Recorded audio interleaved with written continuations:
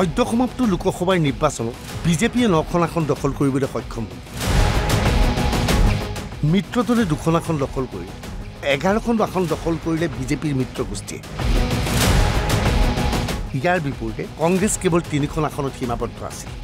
বিগত লোকসভা নিৰ্বাচনৰ সময়ত বিজেপিৰ মিত্ৰগোষ্ঠীয়ে মুঠ 9খন আসন দখল কৰিবলৈ সক্ষম হৈছিল, কিন্তু এইবাৰ 2খন আসন অধিক দখল কৰিলে বিজেপিয়ে।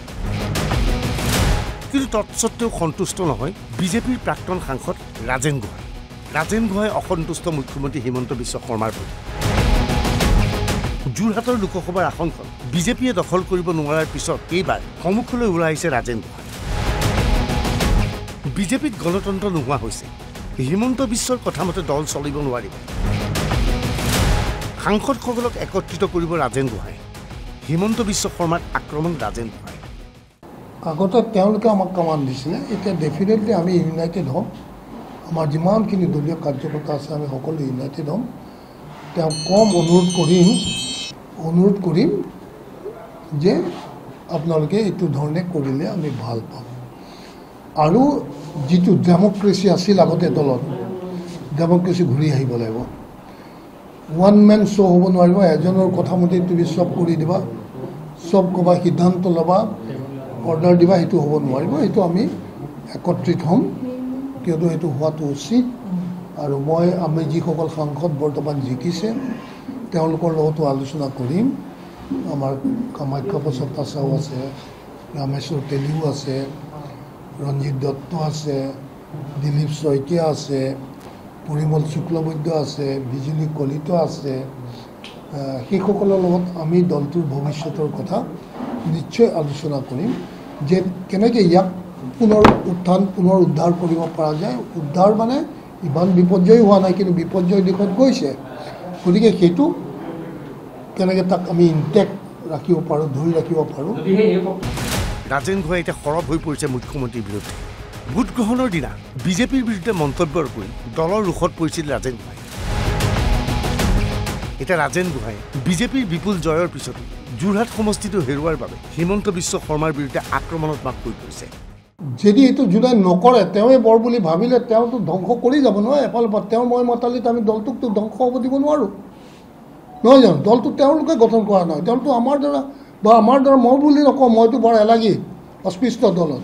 কিন্তু এই যিসকল ব্যক্তি আছে তেওঁলোকৰ দ্বাৰা সৃষ্টি কৰা এইটো দল, তেওঁলোকে কেতিয়াও দলটোক ধ্বংস হৈ যাব দিব নোৱাৰে। ৰঞ্জিত দত্তও ঘাইশিপাৰ মানুহ, তেওঁ এইটো কথা পাহৰি যাব নালাগে। কামাখ্যাও ঘাইশিপাৰ মানুহ। তেওঁ যদি ঘূৰি পেলাই চাই তেওঁৰ আশে পাশে থকা তেওঁ এজন অত্যন্ত এই দলত দুৰ্বল মানুহ। আজিৰ দিনত আমি মনে মনে আছোঁ কাৰণে আমি যদি ওলাই যাওঁ, মুকলিভাৱে যদি তেওঁৰ বিৰুদ্ধে ক'বলৈ যাওঁ, যদি আমাৰখিনিক যদি পুনৰ আমাৰ অধিকাৰ ঘূৰাই অনাৰ কাৰণে আমি আগবাঢ়ি যাওঁ, তেওঁ ৰখাব পাৰিব? নোৱাৰে।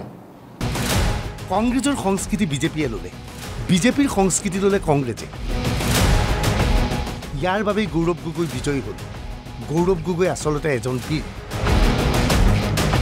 আচৰিত নহয়, বিজেপিৰ এজন প্ৰাক্তন সাংসদে গৌৰৱ গগৈক বীৰৰ সৈতে তুলনা কৰিছে। এটা কথা চাবচোন আপুনি, আজি যিটো কংগ্ৰেছৰ কালচাৰ আছিল, এই উৎসৱ এই উচ্চ বাস্য কৰা মানুহৰ যি এটা কংগ্ৰেছৰ বেয়া কালচাৰ আছিল, যিটো আজিও আমাৰ দলত চলি আছে। ইটোৱে সিটোক বৰ বেয়াকৈ আক্ৰমণ কৰি বেয়া কথাৰে তুচ্ছ তাচিল্য কৰা, সেইটো কংগ্ৰেছৰ আছিলে। যেনেকৈ কৈছিলে আমাৰ মুখ্যমন্ত্ৰী গুজৰাটত মুছলমানৰ তেজ যায়, গুজৰাটৰ পানী পাইপে দিয়ে, সেই চবটো তুচ্ছ তাচিল্য কৰা বাক্য ন। তো সেই সংস্কাৰটো আজি বিজেপিলৈ আহি গ'ল, বিজেপিত আহি গ'ল। আৰু বিজেপিৰ সংস্কাৰটো কিন্তু গৌৰৱ বা আমাৰ সভাপতি সকল তেওঁলোকে এডপ্ট কৰি ল'লে। যিটো এডপ্ট কৰি ল'লে, যিটো শিষ্টাচাৰ নম্ৰতা, সেইটোৱেতো গৌৰৱক উজ্বলাই তুলিলে না। ৰাইজ তেওঁৰ পক্ষত আহি গ'ল না।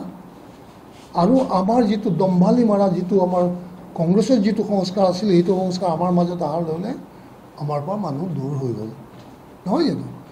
কিমান নম্ৰতাত আহি তেওঁ নিৰ্বাচন খেলিছে, আৰু সকলোৱে চব নিৰস্ত্ৰ কৰি দিলা। তুমি এজন বীৰক তুমি নিৰস্ত্ৰ কৰি হত্যা কৰিব খুজিও হত্যা কৰিব নোৱাৰিলা।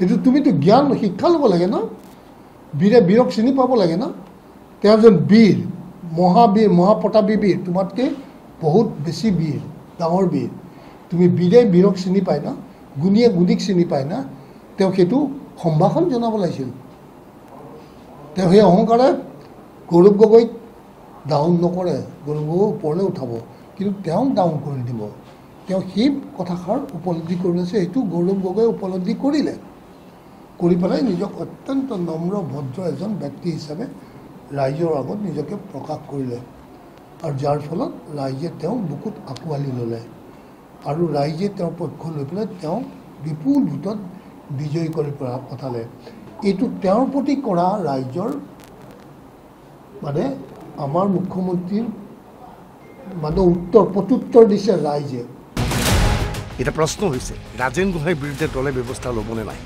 শেহতীয়াভাৱে ৰাজেন গোহাঁইয়ে ঘনে ঘনে দল বিৰোধী বক্তব্য ৰখাটো পৰিলক্ষিত হৈছে ব্যুৰো ৰিপৰ্ট NB নিউজ